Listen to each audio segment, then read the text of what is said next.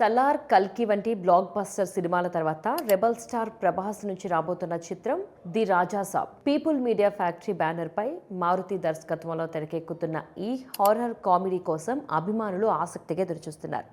ఈ చిత్రాన్ని సంక్రాంతి కానుకగా ప్రేక్షకుల ముందుకు తీసుకురానున్నారు. తెలుగుతో పాటుగా పలు ప్రధాన భారతీయ భాషల్లో ప్రపంచవ్యాప్తంగా కూడా విడుదల చేయడానికి మేకర్స్ సన్నాహాలు చేస్తున్నారు.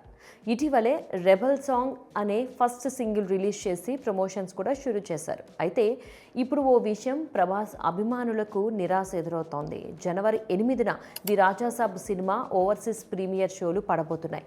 నార్త్ అమెరికా, యూకే, ఓషియానాలోని దేశాల్లో ఈ చిత్రాన్ని ప్రత్యంగిరా సినిమా సంస్థ డిస్ట్రిబ్యూషన్ చేయనుంది.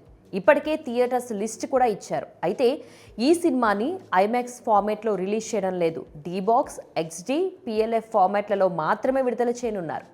ఈ విషయాన్ని US డిస్ట్రిబ్యూషన్ సంస్థ సోషల్ మీడియా ద్వారా తెలిపింది. దీనికి అవతార్ 3 సినిమా కోసం కుదుర్చుకున్న ఒప్పందమే కారణమని వెల్లడించింది. అవతార్ 3 ఐమాక్స్ మధ్య కుదిరిన 4 వారాల కాంట్రాక్ట్ కారణంగా ది రాజాసాబ్ సినిమాకు ఐమాక్స్ సపోర్ట్ ఇవ్వలేకపోతోంది. కాబట్టి ఈ చిత్రానికి ఐమాక్స్ ఫార్మాట్ అందుబాటులో ఉండదు. PLF, డీబాక్స్, ఇతర స్పెషల్ ఫార్మాట్లు మాత్రం అందుబాటులో ఉంటాయి. వాస్తవానికి ఆ ఫార్మాట్లు కూడా 4 వారాల పాటు అవతార్ 3 కోసం కేటాయించబడ్డాయి.